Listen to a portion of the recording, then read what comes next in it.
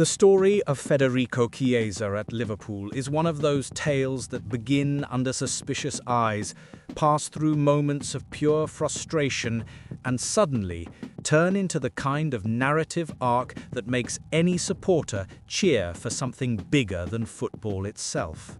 When the Italian forward arrived at Anfield in September 2024, nobody imagined his journey would be marked by so many unexpected twists. He landed carrying memories of a brilliant past, massive expectations, and the invisible pressure that accompanies every player who pulls on the red shirt. But like a silent labyrinth, reality soon revealed that the path ahead would be far more difficult and far deeper than anyone anticipated.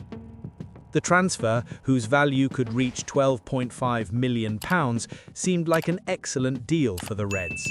Chiesa was still seen as that electrifying young talent from Euro 2021, a forward capable of dismantling entire defences with a single burst of pace or a sharp cut inside. But that image began to fade as soon as he stepped into his first training sessions under Arne Slot. The Dutchman, meticulous and disciplined, quickly realised that Chiesa still carried the marks of his severe anterior cruciate ligament injury, not only physically, but emotionally. Yes, he moved, but no longer with the same confidence.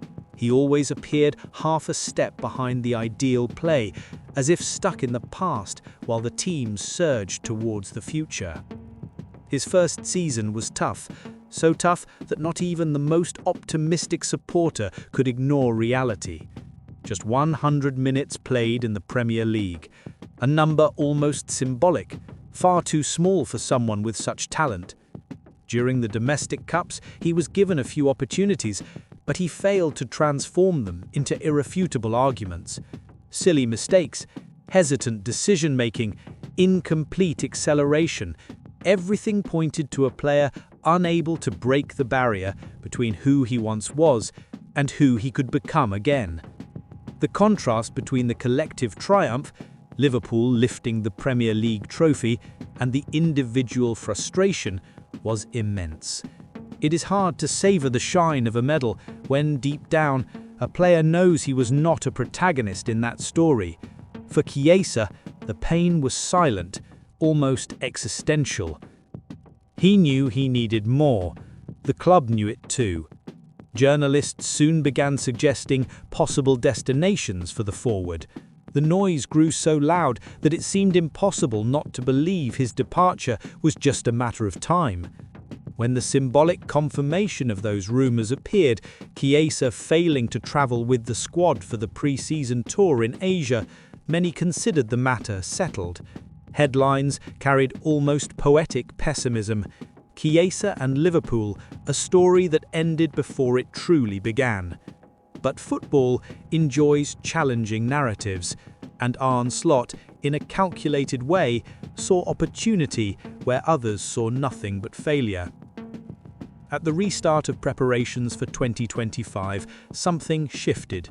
Chiesa remained in Merseyside, while others travelled, dedicating himself to personalised training, muscle strengthening, explosive reconditioning, and tactical sessions designed specifically for him.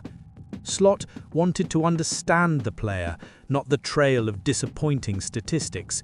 He spoke with Chiesa, studied his patterns, explored his strength, and above all, worked to rebuild his confidence, piece by piece. And then, like a breath before a storm, the new season began. The first surprise arrived early. Chiesa was used far more regularly than any pundit dared to predict. The second surprise came even more dramatically. The Italian scored 2 goals in his opening Premier League matches. These were not accidental goals. They were goals full of personality, sharp movement, precise finishing, intelligent reading of space. Suddenly, that timid, almost faded player gained colour, texture, intensity. The supporters noticed, the media noticed. Arne Slot himself, though measured in public, allowed discreet smiles to escape during interviews. And then a new equation emerged. Mo Salah was preparing to represent Egypt at the AF Con, leaving a huge gap in Liverpool's attack. Who would fill that void? Who had the courage and the ability to take on such a decisive role? Who could shoulder such responsibility without faltering? The answer began to appear slowly, like dawn illuminating something long overlooked: Federico Chiesa. But the plot becomes even more fascinating when we look at what was happening behind the scenes with the Italian national team. For months, Chiesa had refused call-ups for the qualifiers, not out of disinterest, but out of a deep understanding of his own needs. He knew he had to rebuild himself, physically, mentally, and emotionally, before carrying the weight of an Azzurri shirt that demands perfection. Italy, now under Gennaro Gattuso, finished second in their group, behind a surprising Norway. That meant only one thing: decisive playoffs in March. And Chiesa knows exactly what that represents. For him, it is not just another international opportunity, it is something far bigger: the chance to compete in Italy's first World Cup since 2014. A country that breathes football, that lives its national team like few others, is desperate for redemption. And that desperation creates space for players capable of changing a match on their own, something Chiesa has already proven he can do. Gattuso made this clear. His words echoed like an open invitation. The doors are open, it's up to him now. It was as if he was saying, come back when you are ready, but come back as the Chiesa the world once knew. The Italian media embraced this possibility enthusiastically. Sport especially described the moment with almost prophetic tone. According to the paper, Chiesa is not just regaining space, he is being reborn. They stated that his performances at Liverpool are growing stronger each week, and that should he maintain this rhythm, he will arrive at Italy's February training camp in peak condition, ready to influence the playoffs as he did at Euro 2021. And who could forget that Euro 2021 Chiesa, the player who carried the ball as if carrying destiny itself, who roared, burned, inflamed entire matches.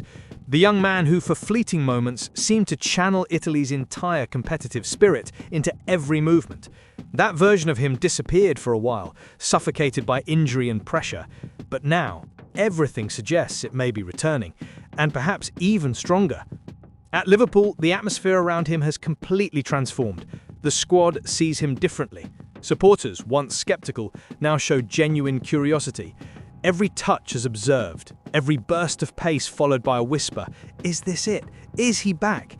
And Arne Slot makes a point of reinforcing internally that Chiesa has full freedom to explore his potential. No more restraints, no more hesitation. The manager believes in him. And for a player fighting internal doubts, that belief is priceless. His contract runs until 2028, but it is now, right now, that his Liverpool story truly begins. He stands at a rare, almost cinematic moment, a giant club in need of a temporary hero, a national team desperate for a protagonist, a fan base longing for a new idol, and a player fighting to prove to the world and to himself that he can still be all he once was. The stage is set, the lights are on, and Federico Chiesa finally looks ready for the leading role.